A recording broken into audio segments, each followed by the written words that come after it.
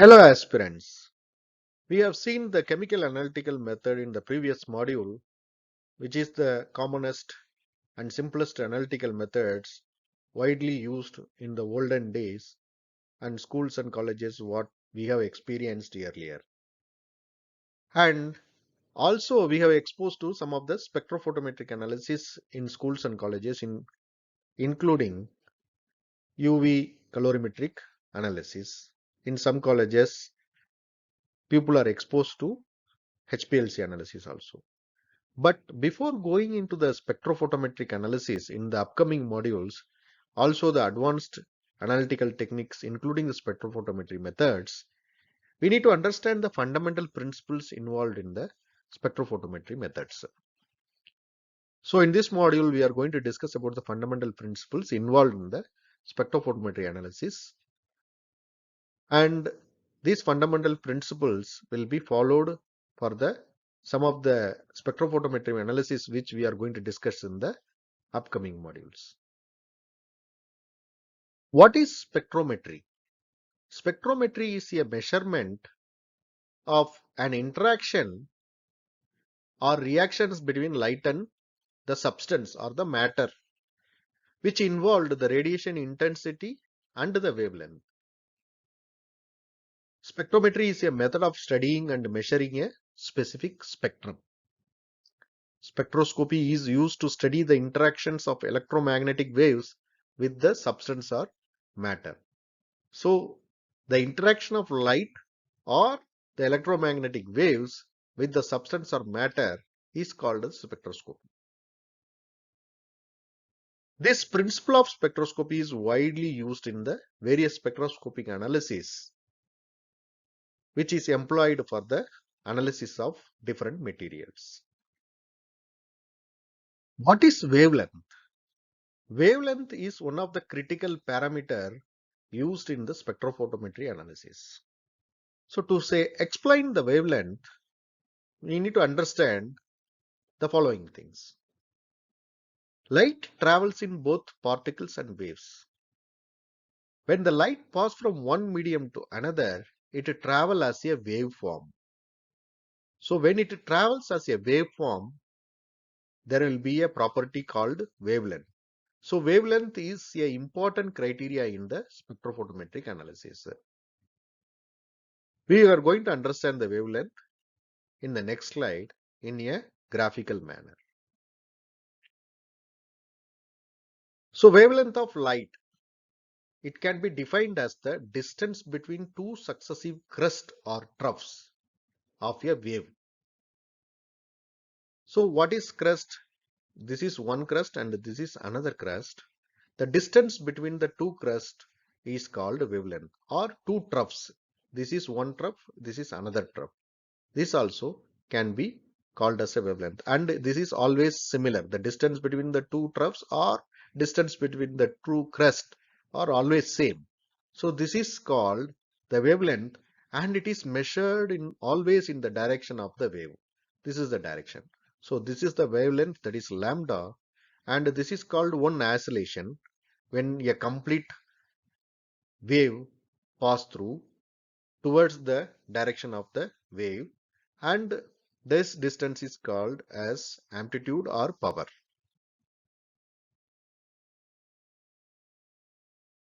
In this slide, we are going to see other critical parameters used in the spectrophotometric analysis apart from the wavelength.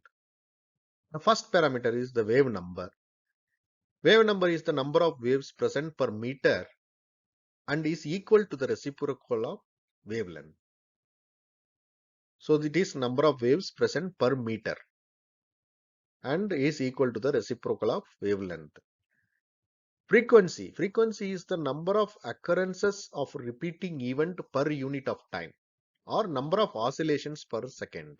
So we have seen what is oscillation, and the wave occurrences, the number of occurrences of repeating event per unit of time, it is related to the time. So it is called frequency. Then finally electromagnetic radiation. It is a kind of radiation including the normal visible light or some radio waves gamma rays and X-rays, in which electric and magnetic fields vary simultaneously. So this is also one of the principles used in the spectrophotometric analysis. In this slide, we are going to see what is electromagnetic spectrum. Electromagnetic spectrum is a range of frequencies of electromagnetic radiation and their respective wavelengths and photon energies. The frequency range is divided into separate bands, and the electromagnetic waves within each frequency band are called by different names, beginning at the low frequency, that is the long wavelength, to the high frequency, which is the shortest wavelength.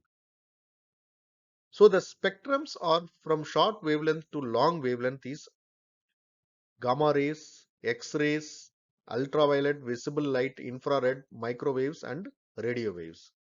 So short wavelength starts with gamma rays and going towards the long wavelength, which includes incrementally X-rays, UV light, visible light, infrared, microwaves and radio waves. And radio waves as the having the longest wavelength and gamma rays is the shortest wavelength. We will go and see some more details about this in the upcoming slide. In this slide, you can see the electromagnetic waves with the frequency range and wavelength range in a electromagnetic spectrum. You can see the type of radiation here and the frequency range and the wavelength range. So the gamma rays, which is having the shortest wavelength, is mentioned at the top of the table, and it is moving towards the highest wavelength, that is radio waves, which is having the wavelength range of more than 1 millimeter. So in between you can see the X-rays, ultraviolet, visible. Visible is the wavelength range of having the wavelength range of 750 nanometer to 400 nanometer, and near infrared, infrared and microwaves. These are the different types of radiation, and with the different wavelength range is being used in the spectrophotometric analysis. This particular slide presenting the same table what we have seen in the earlier slide about the rays which is ranging from the shortest wavelength to highest wavelength. So this is the shortest wavelength where the gamma rays is placed, and this is the longest wavelength where long radio waves are placed, including the microwave and radio waves are placed. And you can see specifically the visible spectrum, which is from 400 nanometer to 700 nanometer with increasing wavelength with the different colors. You can see that.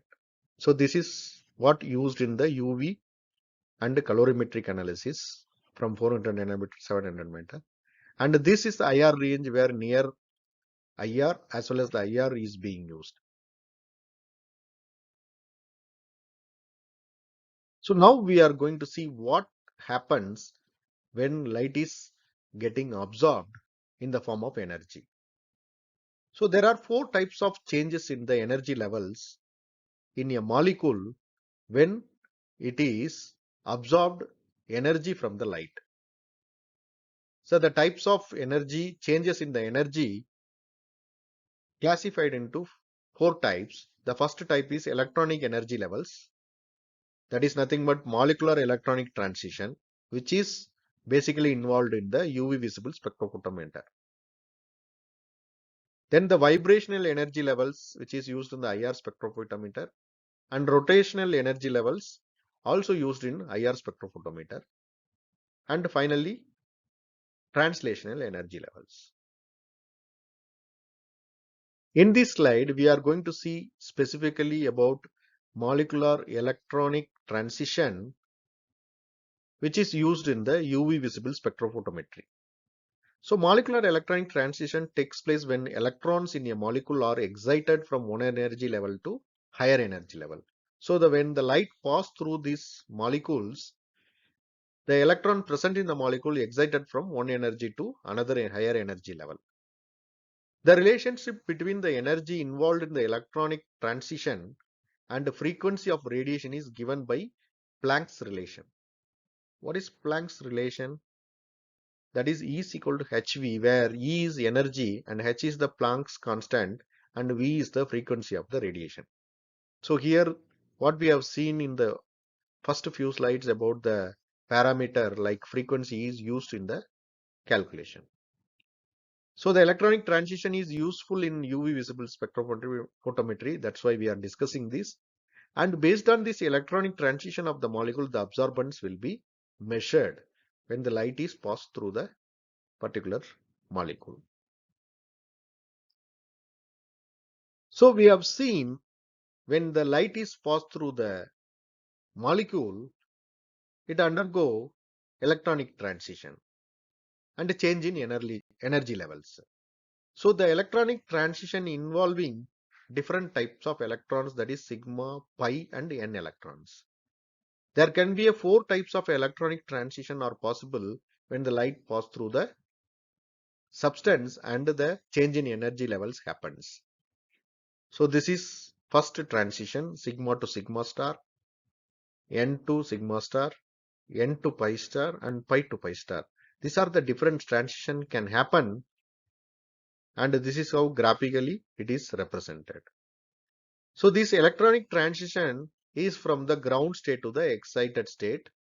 So different types of electrons, how it is from the ground state to excited state happens is graphically presented in this particular diagram. This is sigma to sigma star, this is pi to pi star, where the pi electron is in the ground state here and it is in the excited state. The pi star is the excited state.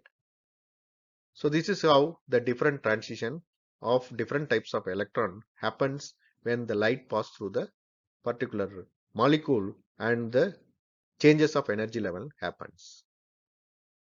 Now we are coming to the principles of vibrational and rotational motions which is employed in the infrared spectroscopy analysis. What is vibrational and rotational motions? The bond of a molecule experiences various types of vibrations and rotations. Vibrational motions are defined by stretching and bending of modes, and when there is a continuous change in the interatomic distance along the axis of the bond between two atoms, this process is known as a stretching vibration. A change in the angle occurring between two bonds is known as bending vibration. There can be different kind of vibrational and rotational motions exist, that is called wagging, twisting, rocking and scissoring. So a kind of water stretching motion shown in these following figures, how a anti-symmetric stretch, symmetric stretch and scissoring bend, how it happens are also shown in this figure.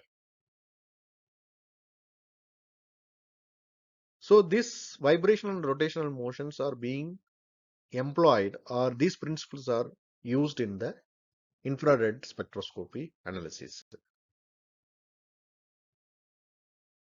With this, we are coming to the end of the module which talks about the fundamentals of spectroscopy analysis, basically those which are employed in the UV spectrophotometric analysis and infrared spectrophotometric analysis. And we are going to see these spectrophotometric analysis in detail in the upcoming modules. Thank you. Wish you good luck.